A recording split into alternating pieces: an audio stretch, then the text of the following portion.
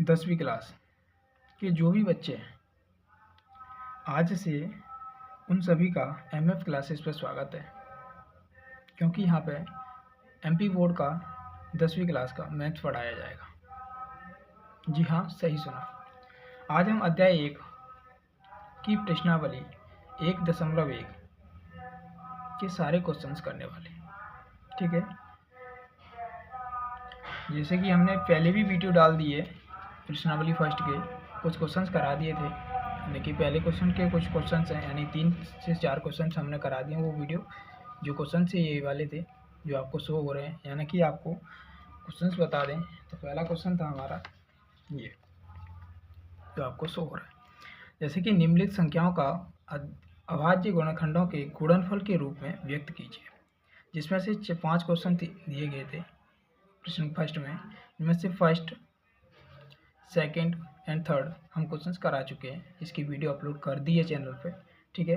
और फोर्थ और 5 बचा है, इन्हें भी करा देते हैं आपको। और यहाँ पे आपको पूरे क्वेश्चंस मिल जाएंगे। वैसे आपको चैनल पे जाने की आवश्यकता नहीं पड़ेगी। पहला, दूसरा, तीसरा, यानी कि first question, second question and third question हमने यहाँ करा दिया है। और अगले क्वेश्चंस को आप यहाँ से भी रिकॉर्ड कर सकते हो, और जो समझ में ना आया यहाँ से आप पढ़ सकते हो, ठीक है, समझ भी सकते हो, ठीक है। अब ऐसे गुणनखंड करने हैं जैसे कि हमने आगे बता दिए क्वेश्चन में। आपको नहीं पता है तो आप उस वीडियो को देख लेना जाकर। जैसे कि इसके क्वेश्चन के करने हैं, क्वेश्चन करना है इस वाले को, तो आप क्या करोगे, आप एक ही काम कीजिए। पहले जो हम बचपन में से करते आ रहे हैं, यानी कि सिंपल गुणनखंड करते हैं। कैसे करते हो आप, जो संख्या है उसे लिख लो आप, ठीक है। जैसे कि 5005 है, इसके गुणनखंड करिए।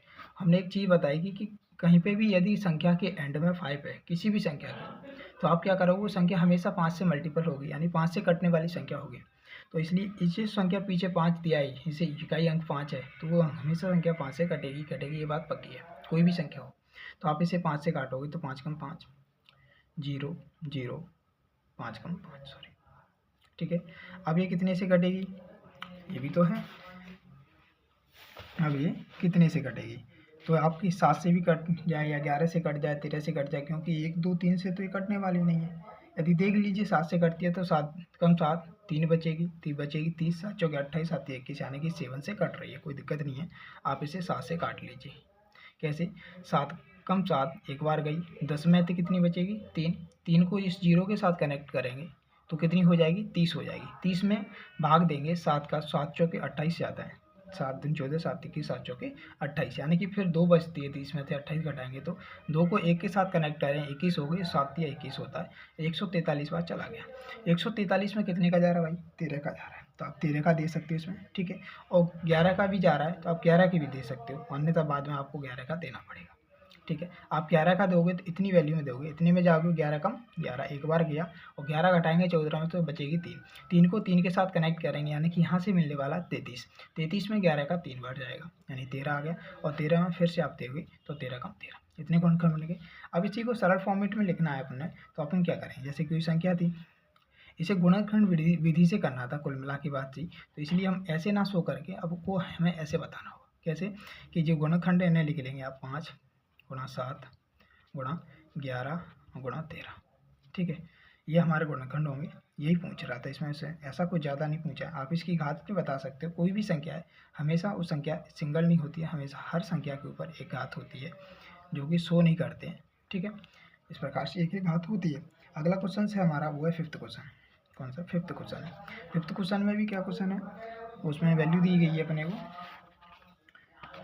ये दिया है क्वेश्चन फिफ्थ नंबर का। इसमें लिखा है 7429, ठीक है, 7429 ये क्वेश्चन है। इसके भी हमें क्या करने हैं, गुणनखंड, ठीक है, इसके गुणनखंड करने हैं। तो इसके गुणनखंड करने हैं तो आप कैसे करेंगे, सॉरी, हाँ वो जाने दो, कोई दिक्कत नहीं, वो इसका कैलकुलेशन है, आप यहाँ से देख लेना। इसके भी गुणनखंड हम ऐसे ही कर सकते हैं, यहाँ पे कैलकुलेशन कर लेते हैं इसकी गुणनखंड कैसे करने हैं। यदि अपन को सिंपल गुणनखंड नहीं आ रहे हैं तो अपन बड़ी संख्या को ऐसे ही कर सकते हैं। जैसे कि यहाँ पे भी देख लो 7429, इसके गुणनखंड करते हैं, ठीक है। इसके गुणनखंड करेंगे, इसमें पीछे 9 दिया है, ये 3 से ही कटेगा, 9 दिया है, कट भी सकता है, नहीं भी कट सकता है, ऐसा भी हो सकता है, कभी कभार ऐसे चांस बन जाते हैं। 9 का पीछे दिया है वो 11 से भी कटता आता है, तो इसलिए हमें इसे देख के काटना है, पर इसमें ये 3 वगैरह से कटने के चांस नहीं है, इसलिए आप सीधा इसे 17 से काटना। अन्यथा काटोगे आप चेक करोगे 2 से 3 से 5 से काटते जाओगे, कटेगा नहीं, सीधा 17 से कटेगा ये। ठीक है, और 17 से काट लीजिए आप। 17 का 17, 17 34, 17 51, 17 चौके 68, 17 5 75 होती है, तो 17 चौके 68 होती है। आप 74 में से 68 घटाइए तो कितना आएगा, 14 में से 8 जाएंगे तो 6 बचेगा। ठीक है, तो एक यहाँ से ले लिया, यानी कि अब 6 बचा, 6 के साथ में 2 कनेक्ट करिए। और 17 चौके 68 हुआ था, जो कि 62 है यहाँ पे, तो अब ये 62 में तो जा नहीं दे रहा, तो हम इसे 4 बार ना दे के 3 बार देंगे। 17 दिया 51, और 51 लेस करोगे आप तो कितना बचेगा, 1 और 1 11, और उसके बाद 9 आएगी, और 17 सत्ते 119 होता है शायद, तो आपके 17 सत्ते 119 हो गए।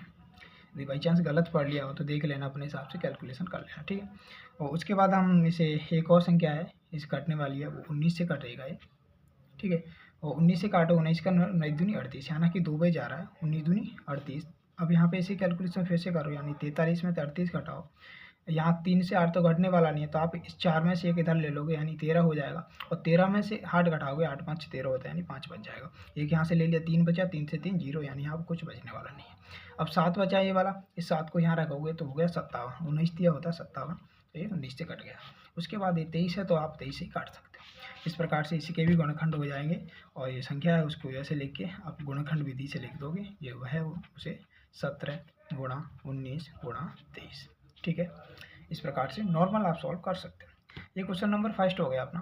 और सेकंड क्वेश्चन में क्या दिए गई ये बातें, कुछ बातें कहीं भी उन्हें देखते। ठीक है, उस क्वेश्चन में क्या है जो हमारे सामने है, जैसे कि यहाँ पे लिखा है, आप ध्यान से देखेंगे, पूर्णांकों के निम्नलिखित युग्म के HCF यानी कि महत्तम समावर्तक और लघुत्तम समावर्तक LCM ज्ञात कीजिए।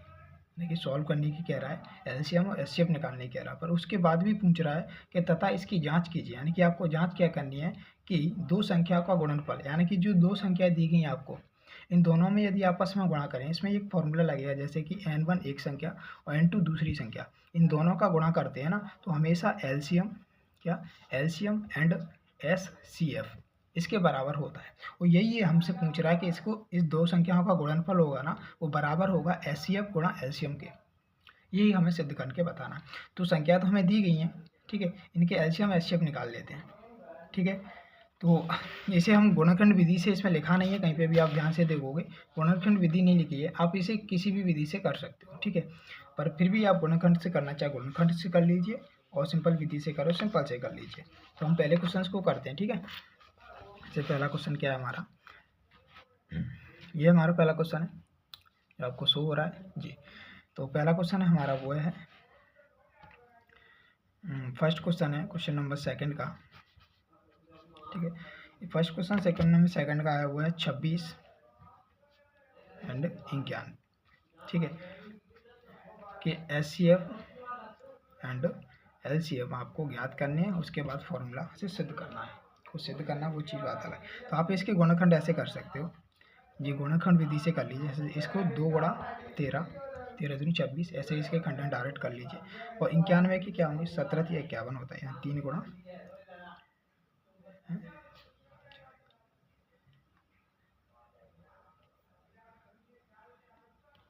13 7 91 होता है, मैं 13 क्या कह रहा हूँ। चलिए ठीक है, ये वो होगा। सो आपने देख लिया, कुछ मिसमैच भी हो जाता है कभी बार, मुझसे कुछ से कुछ निकल जाता है। तो 13 7 91 होता है। तो यहाँ से क्या होगा, अब HCF होता क्या है, जो HCF होता है ना अपना, HCF निकालना है यदि इन संख्याओं का, तो हम HCF निकालें, यदि HCF कहें तो HCF क्या होता है, कोई भी संख्या में जो कॉमन पॉइंट होते हैं, यानी कि यदि LCM निकालें तो ये संख्या कॉमन है क्या नहीं, आपको समझ में नहीं आ रहा होगा, तो HCF हमेशा वो कॉमन संख्या होते हैं उसे रखते हैं। ठीक है, वो LCM निकालते हैं, LCM क्या होता है, LCM होती है यानी कि जितनी भी संख्या दी गई है, ऐसे 2 एक बार है तो आप 2 एक बार, 13 2 बार है तो एक बार ही लेंगे आप 13 को, और 7 एक बार है, यानी कि ये होगा LCM अपना। ठीक है, ये क्या होगा, LCM होगा अपना। हैप्पी। और ये सेकंड क्वेश्चन होगा, इसमें आप मतलब जो हमसे बोली है वो चीज़ क्या बोली है कि जांच कीजिए, बोला है क्या करना है कि N1 संख्या और N2 संख्या का गुणा होगा वो एलसीएम और गुणा एचसीएफ के बराबर होगा। ये हमें जांच करनी है। तो आपको ऐसे कैसे पता चलेगा, ठीक है नहीं। तो आप इन दोनों को पहले नॉर्मल चीज़ यानी कि आप पहले ऐसा कर लीजिए कि N1 इंटू N2 का गुणा करके वैल्यू निकाल लीजिए कितनी निकलेगी।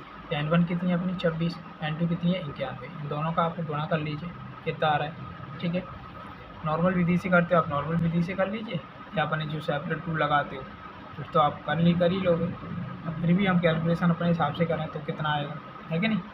तो आप निकाल के बता दीजिए, नहीं तो हम बताएंगे, है कि नहीं। क्या कहते हो, निकाल रहे हो कोई, नहीं निकाल रहे, थोड़ा टाइम देते निकालो।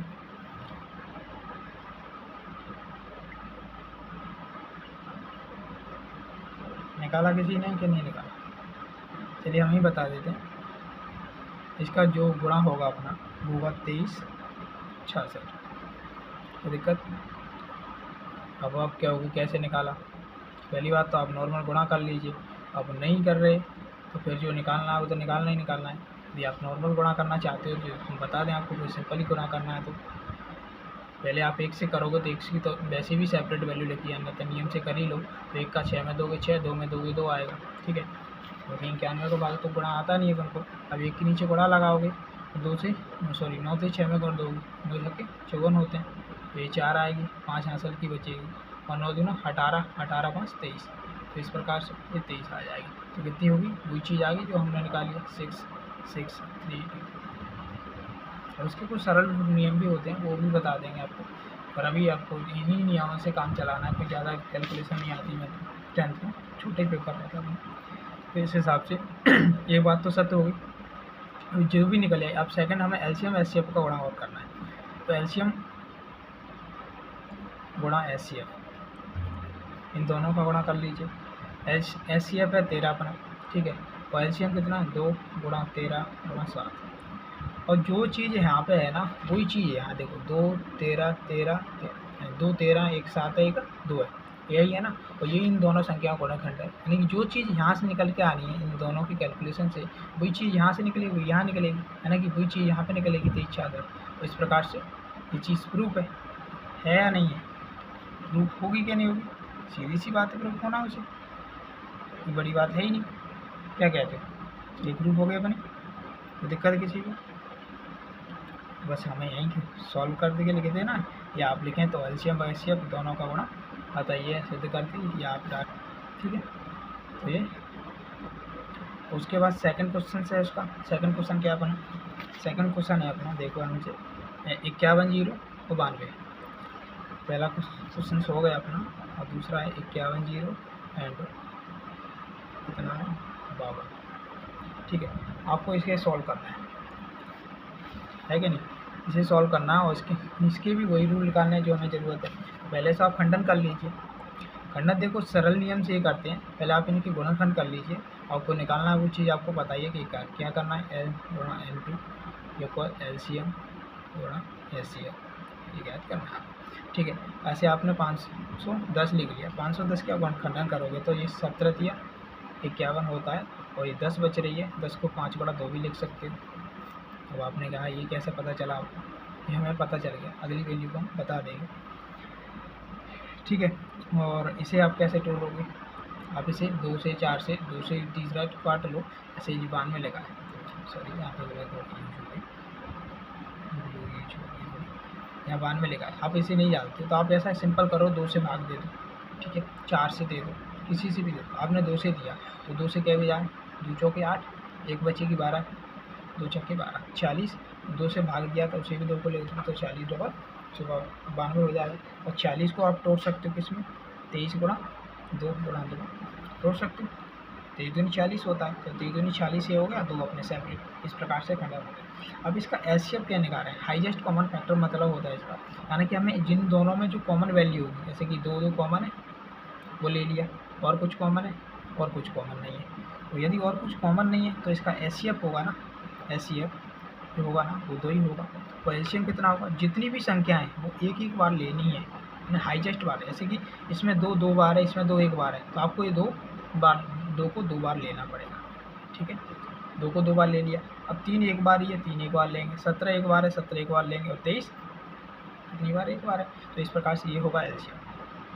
अब इसे आप कैलकुलेशन करके ना लिखना, ऐसे ही लिख लेना, ठीक है। जैसा है अपना वैसे ही कैलकुलेशन कर लेना, कोई दिक्कत, ठीक है। अब हमें जो सॉल्व करना है वो ये है। तो आप क्या करोगे, इसी नियम को सॉल्व लिख लो यहाँ पे n1 गुणा n2, जैसे कि मैंने ऊपर वाले को नहीं किया था, पर आपको यहाँ ऐसा ही कर लेना, क्योंकि दोनों चीज़ बराबर सिद्ध हो जाएंगी, अपना काम भी बन जाएगा। आप इसे लिखोगे, इसे क्या लिखोगे, इनके जो खंडन दिए गए हैं ना, इन्हें लिख लीजिए। क्या लिखोगे, या डायरेक्ट आप लिखो कि 51 कल 0 इंटू 92, संख्या लिख दी दोनों। अब ऐसे अब कितना हो रहा है, ये 2 दूना 4 होगी, ये 3 17 23, ठीक है। और एचसीएफ है अपना वो 2 है, एचसीएफ कितना 2 है। तो ये हो गया एलसीएम गुणा एचसीएफ। अब इन दोनों को देखोगे ना तो ध्यान से खंडन देखो कि 2 की वैल्यू देखो, ये 92 की कितनी वैल्यू, 46, 23 और 2 देखो, 23 काटो और 2 इसमें 2 बार है, तो यहाँ से कट गई। अब बची 3 17 2, 5 भी बची है, सॉरी एचसीएफ में, एलसीएम में 5 लिख नहीं पाई हमने, 5 भूल गए, 5 बची है, तो आपको भी 5 भी आ जाएगी इसमें, ठीक है। तो इस प्रकार से पूरा सॉल्व हो जाएगा। और काटोगे तो आप बराबर से बराबर, यानी कि दोनों संख्या बराबर है, ठीक है। तो इस प्रकार से इसे भी आप आंसर लिख सकते हो, या सॉल्व करके 0 0 हो जाएगा। तो आप ऐसा करिएगा, हमेशा n1 n2 लेके चलिएगा और बराबर में एलसीएम एचसीएफ कर देना, RHS बराबर LHS कर देना, या कुछ भी कर सकते हो, ऐसे भी सॉल्व कर सकते हो। तीसरी वैल्यू है वो क्या अपने, वो देखो, तीसरा मान दिया गया अपना वो है 336 और 54, और 336 54 की भी करनी हमें, है कि नहीं। 336 क्वेश्चन ये को है 54। अब इसके भी हमें वही नियम निकालना है जो है सिद्ध करना है, तो इसे भी सॉल्व करो, इसके भी खंडन करने है कि नहीं करना है।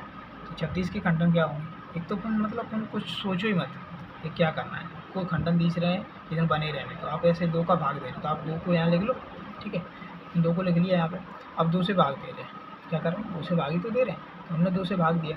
अब इसमें 2 से भाग देंगे तो क्या आएगा, 2 कम 2 एक बार गया, 1 बचेगी 13 होगा, 2 चौके 12, 2 छक्के 12 होता है, सॉरी, तो 2 छक्के 12, 13 में तो 1 बचेगी, तो 16 2 8 16, 168 आ गया।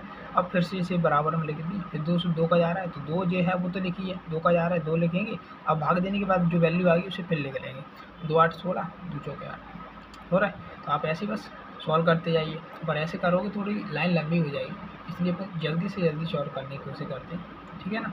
तो ऐसे अब ये 4 से कट रहा है, तो आप इसे 2 गुणा 2, अब डायरेक्ट इसे 4 से काट दीजिए, और 4 दूनी 8 4 कम 4, और इसे 21 को क्या लिख सकते हो, 7 गुणा 3 लिख सकते हो, ठीक है। तो इसे 21 को हटा दो, तो इस प्रकार से खंडन मिली। तो अपना जो मिला 36, क्या मिला, जो मेन चीज़ मिली थी वो मिली है 2, कितनी है 1 2 3 4, यानी कि 2 2 की वैल्यू 4 मिली है, ठीक है।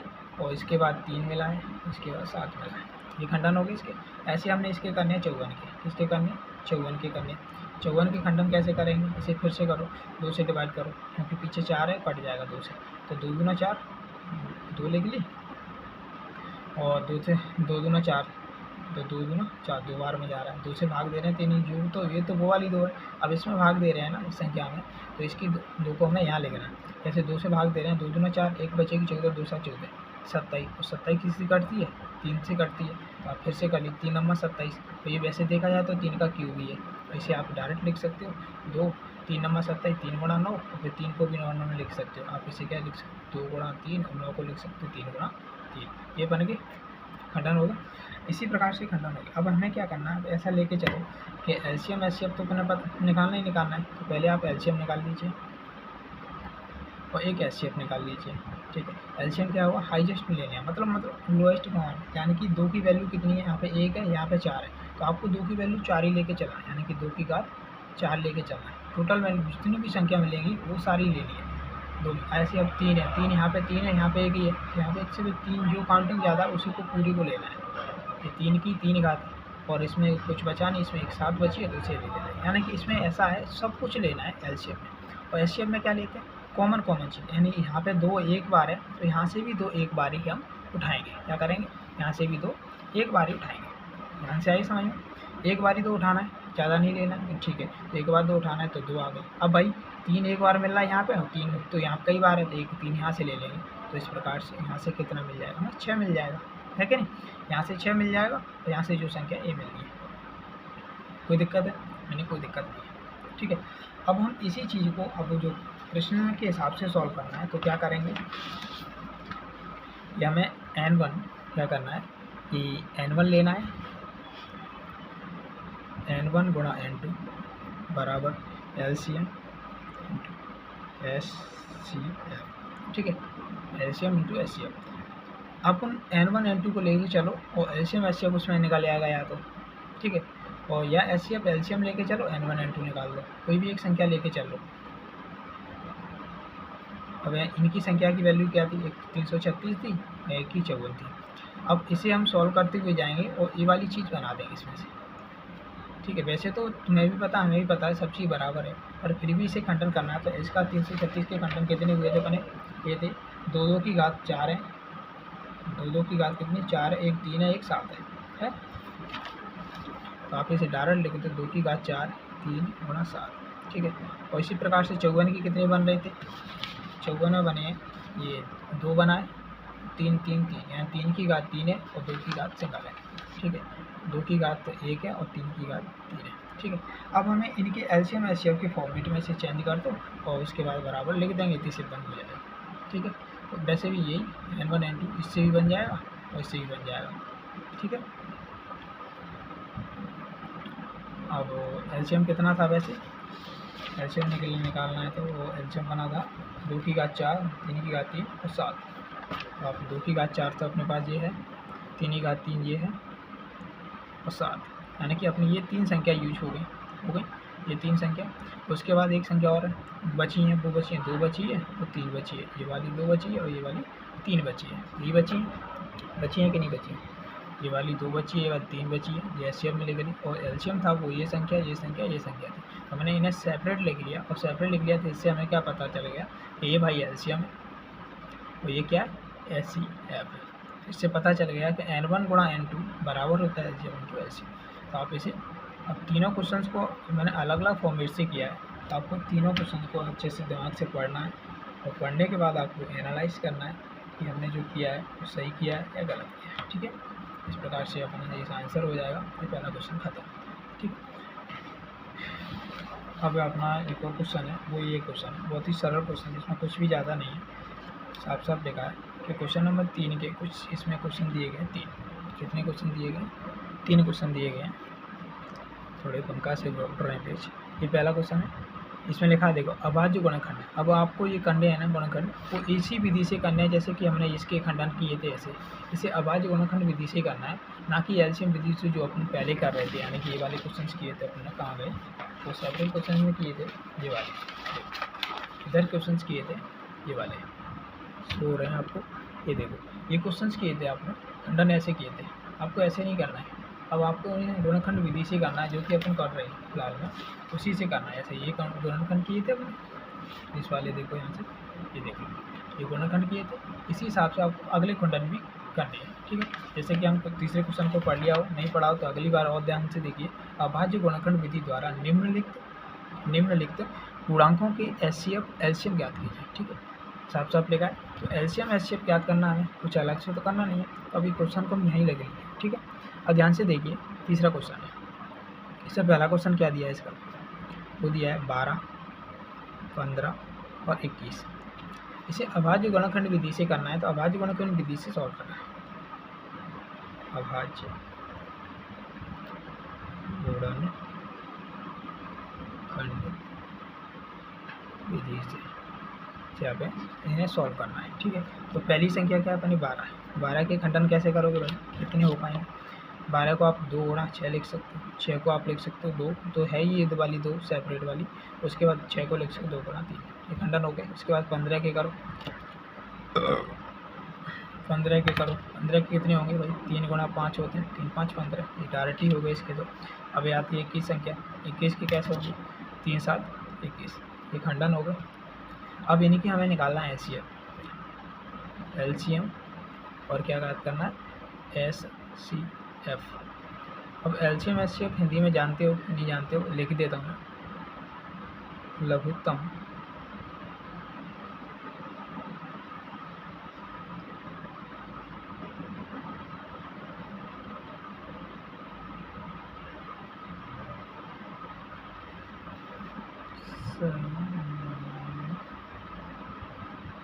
वर्त्य, ये होता है महत्तम समावर्त्य। इनमें एक अंतर होता है, जो मेन अंतर होता है वो चीज़ में, ठीक है। ये समावर्त्य होता है, ठीक है, और ये होता है समावर्तक।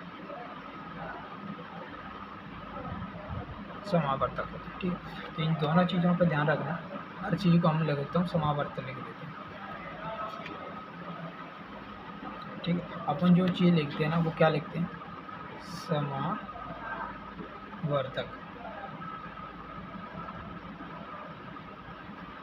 अपन लोग ये लिखते हैं, ठीक है। यहाँ पे इस पा को कैंसिल कर देते हैं और इन दोनों जगह पे अपन लोग यह लिखते हैं महत्तम समावर्तक, लघुत्तम समावर्तक, ठीक है। तो ध्यान दीजिएगा ये मैंने क्यों लिखा है। ये होता है लघुत्तम समापवर्तक, समापवर्त्य होता है, और ये समापवर्तक होता है, ठीक है। ये हमेशा याद रखिएगा। उसके बाद इनके एलसीएम निकाला है। एलसीएम मतलब हर जितनी भी संख्या हैं वो सभी को एक बार लेना ही लेना है, छोड़ना नहीं। ऐसे कि यहाँ पे दो बार है तो आप लोग कितनी बार लेंगे, 2 को 2 बार लेंगे, ठीक है। कोई दिक्कत, लघुत्तम निकल रहा है, 2 को 2 बार ले लिया। उसके बाद 3 की संख्या कितनी, एक बार यहाँ पे, एक बार यहाँ पे, एक बार तो एक ही बार ही आना है, फिर तो कोई दिक्कत ही नहीं, 3 की एक बार आनी है। अब यहाँ पे 3 खत्म और 2 खत्म, यानी 2 3 की कहानी खत्म हो गई। अब इन दोनों में बचा है, वो बचा है क्या, 5 बचा है। एक बार इसमें से 5 आएगा, तो यहाँ पे 7 है, यहाँ से 7 है। तो ये हो गया अपना एलसीएम। मैं आप गुणा करके भी लिख सकते हो, ऐसे भी छोड़ सकते हो, अभी कोई इशू नहीं है, ठीक है। अगली बात है महत्तम समावर्तक। अब महत्तम में क्या होता है कि हमें सब में से जो किसी कॉमन मिलती है, क्या होते हैं, सब में से कॉमन। इसका मतलब हाईएस्ट कॉमन फैक्टर, यानी उच्चतम कॉमन मिलने वाली संख्या ये होती 1 2 3। यहाँ पे भी एक बार 3 है, यहाँ पे भी एक बार 3 है, यहाँ पे भी एक बार 3 है सभी जगह 3। तो इस 3 को ही हमें एक बार लिख लेंगे, तो ये हमारा एलसीएम, ठीक है। तो इसमें यही कुछ करना नहीं था ज़्यादा, बस एलसीएम और एचसीएफ बताना था हमें, ठीक है। अगली संख्या देखते हैं, अगली संख्या क्या थी। क्वेश्चन सेकंड है, वो क्वेश्चन है 17 23 19, ठीक है। 17 23 एंड 29, ठीक है। इनकी हमें क्या बतानी है, यही बताने है, क्या बताना है, अभाज्य गुणनखंड विधि से सॉल्व करना है, ठीक है। तो यहीं पे मैं रो लगा देता हूँ, वही चीज़ लिखनी है जो पहले लिखी थी, अभाज्य गुणनखंड विधि से सॉल्व करना। अब इन्हीं को पहले लिखते हैं 17, उसके बाद 23, उसके बाद 29, इन सभी को सॉल्व करना किस विधि से, अभाज्य गुणनखंड विधि से, ठीक है। 17 के क्या होते हैं भाई, 17 ही होगा, 17 के कोई खंडन नहीं होते। 23 के होते हैं, नहीं होते, 23 के भी वही रहेगा। 29 के होते हैं, 29 के भी होंगे, 29 के भी खंडन नहीं होते। 29 किसी पार्ट में नहीं आता, 23 किसी में नहीं आता, 17 किसी में नहीं आता। अपने आप में ये सारी संख्याएं क्या है, सभी संख्याएं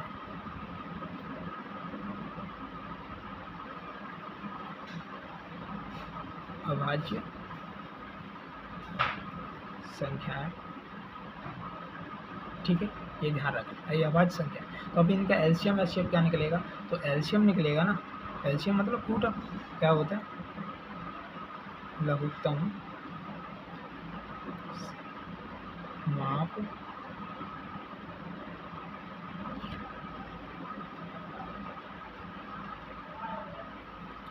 समावर्त, ठीक है।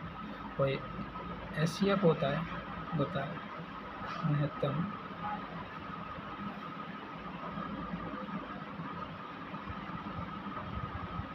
वर्तक, ठीक है, महत्तम समापवर्तक होता है।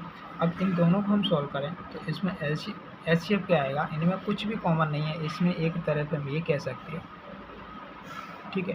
तो यहाँ से हमें केवल एक ही कॉमन मिलेगा। इसे एक को लिखो तो लिखो, ना लिखो तो मत लिखो। इसके जो गुणनखंड होंगे ना, 17 एक होंगे, इसके 23 एक होगा, 29 एक होगा, ठीक है। एक गुणनखंड हर संख्या का होता है। हमने इन संख्याओं में एक एक क्यों नहीं लिखा, यहाँ पे भी एक का गुणा करो, कुछ फर्क नहीं पड़ेगा। इसलिए तो आपको दिखाने के लिए कर दिया है कि एक होगा, इसलिए क्योंकि इसमें एचसीएफ आएगा ना, वो एक आएगा, क्योंकि और कुछ कॉमन मिलने वाला नहीं है इसमें, ठीक है। और लघुत्तम समावर्तक क्या होगा, 17 × 23 गुणा 29, तो ये लघुत्तम समर्थक। तो ये सेकंड क्वेश्चन सॉल्व होता है। ठीक है, अगले क्वेश्चन को देखें तो वह थर्ड क्वेश्चन का। ठीक है, थर्ड क्वेश्चन क्या है तीसरे का, 8, 9, 25। ठीक है, ये क्वेश्चन है तीसरा, ध्यान से देखो। थर्ड क्वेश्चन में लिखा है, शो हो रहा है तो आपको देखिए, ये लिखा है 8, 9, 25। ठीक है, ठीक है, 8, 9 एंड 25 को किस विधि से करना है, अभाज्य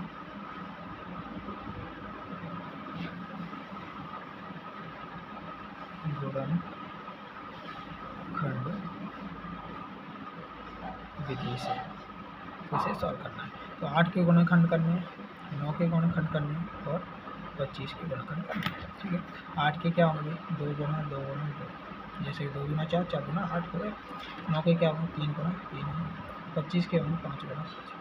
कोई दिक्कत नहीं, हम गुणनखंड कर लिए। अब इनके निकालना है क्या, हमें एलसीएम निकालना है, एक एलसीएम। ठीक है, एलसीएम क्या होगा, यानी जो कॉमन मिलने वाली सारी चीज़ें, इसमें एलसीएम एलसीएम सारी चीज़ें, एलसीएम में मतलब सब कुछ आने वाला, और एचसीएफ इसमें क्या होगा, इसमें भी एक ही होगा, क्योंकि इसमें कुछ कॉमन तो मिलने वाला नहीं है।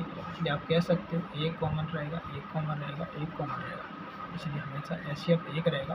और एलसीएम जो संख्या यानी 2 की घात 3 आने वाली है, 3 की घात 2 आने वाली है, 5 की घात 2 आने वाली है, क्योंकि अपने आप में ये देखा जाए तो ये सारी संख्या क्या है, वर्ग है अपने आप। ये एक संख्या है, केवल एक संख्या, ये है घन। ये सारी संख्याएं 2 है, नीचे वाली ये वर्ग है अपने आप। ये 2 का घन है, ये 3 का वर्ग है, ये 5 का वर्ग है। ठीक है, जो आपको 100 होगा, तो ये होगा एलसीएम और एचसीएफ। अगर चौथा क्वेश्चन है अपना, उसे भी देख लेते हैं।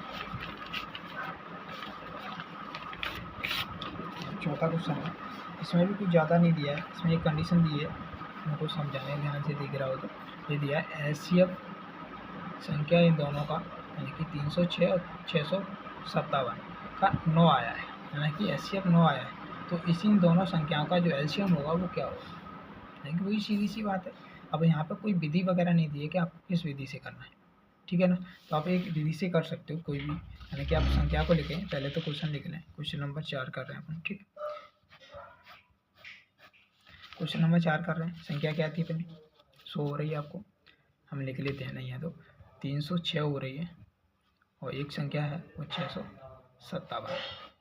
कोई दिक्कत है, ये दो संख्याएं थी, इन दोनों संख्याओं को हमें सॉल्व करना है, याद हो आपको। तो क्या करना है, इन दोनों संख्याओं को सॉल्व करना है। कोई दिक्कत, तो खंडन करोगे कि एलसीएम विधि से करोगे, गुणनखंड विधि से करोगे, किससे करोगे। एक चीज़ होती है, या तो इसे आप ऐसे कर लीजिए, या इससे एक सरल तरीका होता है, वो बताएं आपको। पहले आप सरल तरीका को देख लीजिए, इससे आप काट के सॉल्व कर सकते हो, कोई दिक्कत नहीं है। ठीक है, हमेशा अपन ने एक संख्या बताई थी, इन दोनों संख्याओं का हमें क्या दिया है, एचसीएफ दिया है क्वेश्चन में, किससे किसका, इन दोनों संख्याओं का 9 है। तो ये पूछ रहा है हमसे कि एलसीएम में इन दोनों संख्याओं का क्या होगा, ये पूछ रहा है हमसे। तो हम क्या कहेंगे कि हमें पता है कि n1 संख्या n2 संख्या, यानी दो संख्याओं का यदि गुणा किया जाए, जैसे कि इन दोनों संख्याओं गुणा किया जाए तो क्या मिलता है, एलसीएम मिलता है गुणा एचसीएफ मिलता है, यही तो मिलता है। ये हम फॉर्मूला आगे पढ़ के भी आए हैं। तो हम इससे एक चीज़ नहीं निकालें, हमें क्या निकालना है, एलसीएम निकालना है ना, पक्की बात है।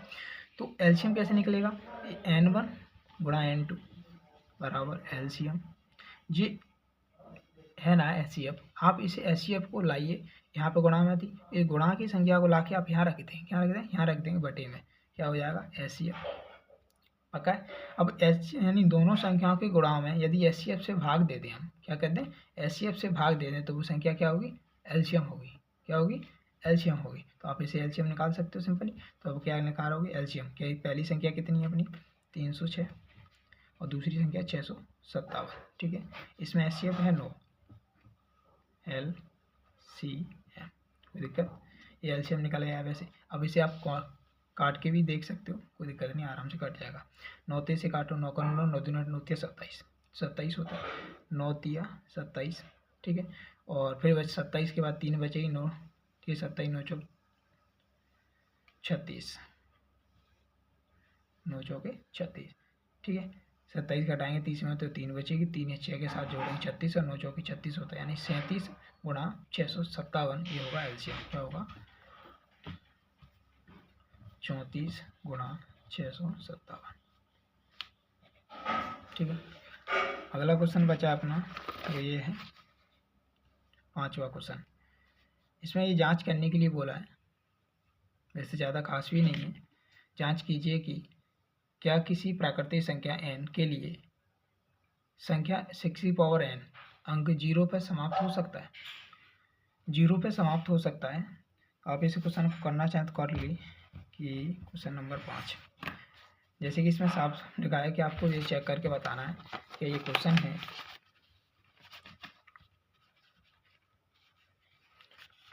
देखो ये क्वेश्चन है, इस क्वेश्चन को सॉल्व करना है। क्या कह रहा है कि एक ऐसा ही होता है, प्राकृतिक संख्या क्या होती है जो हमें दी हुई है प्रकृति में, कैसी हम नॉर्मल संख्या जो कोई भी संख्या होती है, ऐसे 1 से लेके प्राकृतिक संख्या क्या होती है,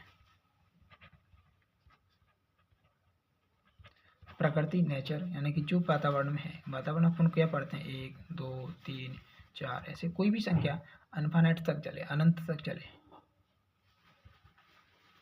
उन सभी को प्राकृतिक संख्या कहते हैं। पर वो कह क्या रहा है, अभी n है ना, जो n के बराबर कह सकते हो आप, कोई भी संख्या आ सकती है, n बराबर ये कोई भी संख्या हो सकती है। तो यही कह रहा है कि प्राकृतिक संख्या n के लिए संख्या 6n 0 हो सकती है।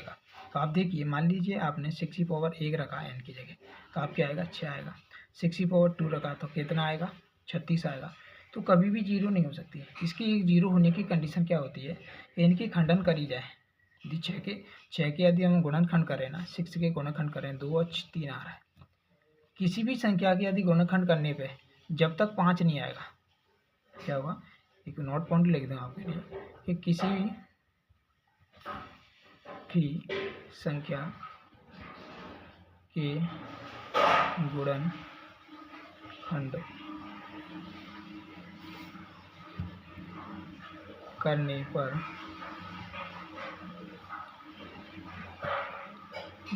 करने पर जब तक 2 और 5 का जोड़ा नहीं बनता है, तब तक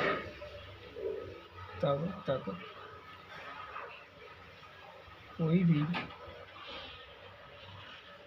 या किसी भी संख्या के पीछे 0 नहीं आ सकती। ठीक है। कैसे आप कहेंगे, ये मैंने मान लीजिए कि मैं कर रहा हूँ 50 का गुणनखंड कर रहा हूँ। ठीक है, मान लेते हैं 50 के क्या होंगे, 25 के 5 गुणा 5 और 10 बचेगा 25, यानी कि 2 गुणा 25 करेंगे तो 25 यानी 2, ये हो रहा है। तो इसमें इन दोनों का गुणा करूँगा तो इससे आएगा 10 और 5 से गुणा करूँगा 5, तो इसे बाद में करने के बाद मुझे ये 0 मिल रही है, यानी कि अंत में 0 मिलेगी कब, जब 10 का जोड़ा बनेगा। कुल मिला क्या बनेगा, यहाँ 10 आएगी ना, 10, तब तक नहीं, जब तक 10 नहीं आएगी इस संख्या में तब तक अंत में 0 आ ही नहीं सकती है। इसलिए ये संख्या बोली गई है ना जांच करने के लिए। देखो यहाँ पे जांच कीजिए कि क्या किसी प्राकृतिक संख्या n के लिए संख्या 6 की पावर n अंक 0 पर समाप्त हो सकता है, यानी कि लास्ट में 0 आ सकती है कि नहीं। तो हम कहेंगे 6, अतः 6 की पावर n, जहाँ n एक प्राकृतिक, हो रहा है नहीं हो रहा, जहाँ n एक प्राकृतिक संख्या है, तब संख्या है तो कभी भी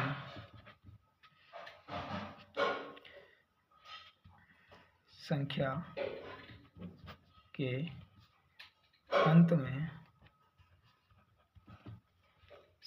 के अंत में 0 यानी कि 0 नहीं आ सकता।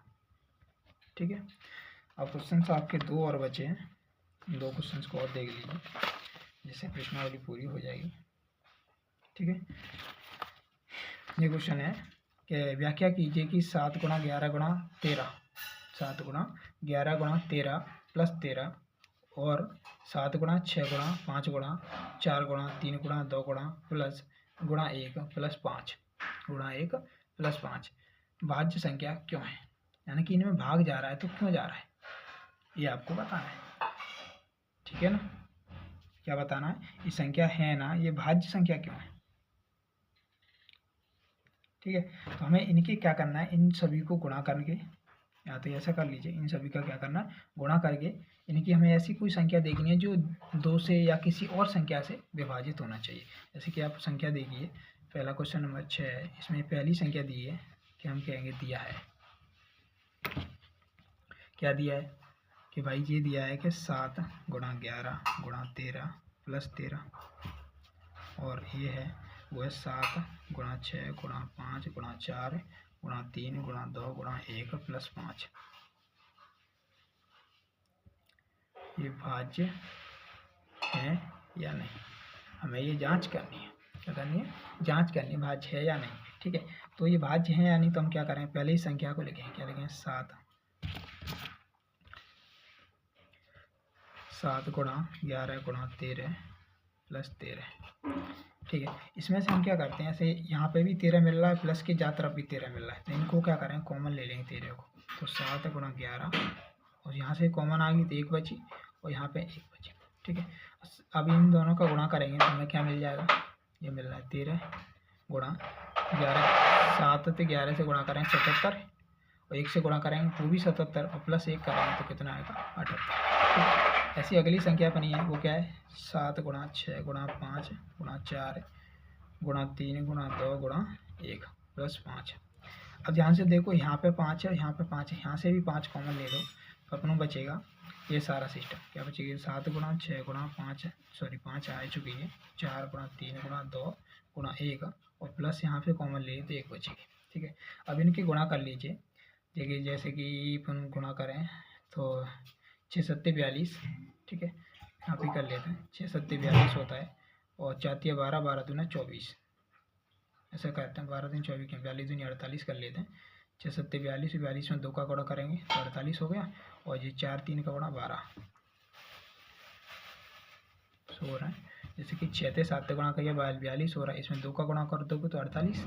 ठीक है, और 4 3 का गुणा करोगे तो 12, 12 का भी 48 से गुणा कर लो तो अपने जो वैल्यू है मिल जाएगी। क्या 12 × 8 96, 6 की 9, 12 चौका 12 24, 24 दिन 48 यानी 12 चौके 48, 48 और 9 49 50 51 52 53 54 55 56 57, ये होगी 576। 576 में जो 1 बची है इसे भी जोड़ेंगे तो बनेगा 577।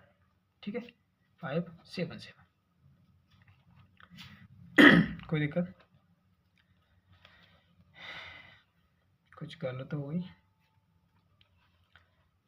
कैलकुलेशन कुछ गड़बड़ हो गई गुणा करने पे, दोबारा से देखें, 6 7 चंकी 42, 42 दिन 48 कैसे हो गया, ये गड़बड़ हो गई, 4 84 होगा, 84 में 12 का गुणा करेंगे तो हमें मिलेगा ना, यहाँ से गुणा करने के बाद मिलेगा ना, वो मिलेगा 1008। ठीक है, और इस प्लस को 1 को जोड़ लेंगे तो ये हो जाएगा 1009। ठीक है, तो इसे आप लिख सकते हैं 5 गुणा 1009 जो कि संख्या भाज्य संख्या है। ठीक है, अब यहाँ लिख सकते हैं अतः जो एक संख्या भाज्य संख्या है। ठीक है, अगला क्वेश्चन एक और है, वो है 7वां नंबर का क्वेश्चन। ठीक है, 7वें नंबर का क्वेश्चन है, इसमें थोड़ा बड़ा क्वेश्चन है, ध्यान से देख लो आप। ये किसी खेल के मैदान के चारों ओर एक वृत्ताकार पथ है, इस मैदान का एक चक्कर लगाने में सोनिया को 18 मिनट लगते हैं, जबकि इसी मैदान का एक चक्कर लगाने में रवि को 12 मिनट लगते हैं। मान लीजिए कि वे दोनों एक ही स्थान और एक ही समय पर चलना प्रारंभ करके एक ही दिशा में चलते हैं, तो कितने समय बाद वे पुनः प्रारंभिक स्थान पर मिलेंगे। जैसे कि आप देखें एक ये पार्क है, एक ग्राउंड है, कोई भी है, ठीक है, वृत्ताकार है, एक चक्कर लगा रहे हैं। तो इन्होंने यहाँ से स्टार्ट करते हैं। कौन कौन है, एक तो सोनिया है और एक है रवि, ठीक है।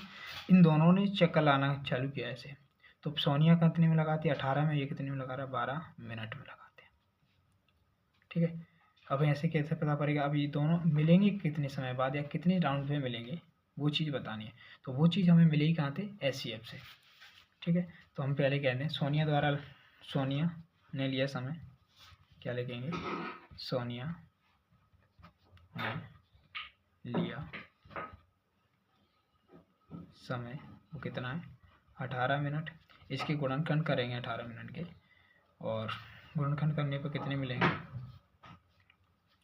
18 के 2 गुणा 9, फिर से करेंगे 2 गुणा 3 गुणा 3, ये मिल रहे हैं, ठीक है। इसी प्रकार से हम इसके करें किसके, रवि द्वारा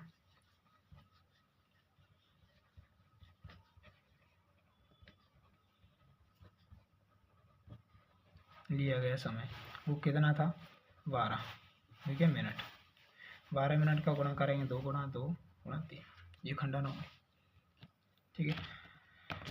अब हमें इसे दोनों के बीच का क्या निकालेंगे, SCF निकाल लेंगे। SCF यानी कि 3 1 कॉमन है, 3 1 कॉमन है, तो ये 3 आ जाएगी। ऐसे ही 2 1 कॉमन है, 2 1 कॉमन है, 2 आ जाएगी,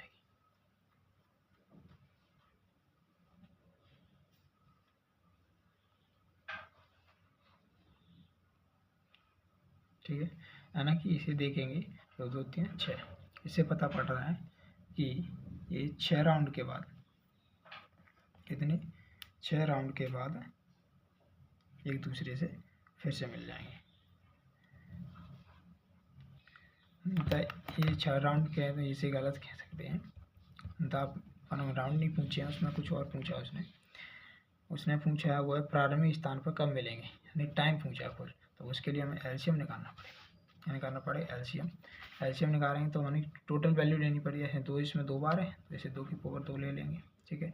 3 यहाँ पे 2 बार है, 1 बार है, यानी 3 की पावर 2 ले लेंगे। तो यहाँ से मिलेगा 4, यहाँ से मिलेगा 9, और 9 चौके होते हैं 36, यानी कि 36 मिनट के बाद मिलेंगे, ठीक है।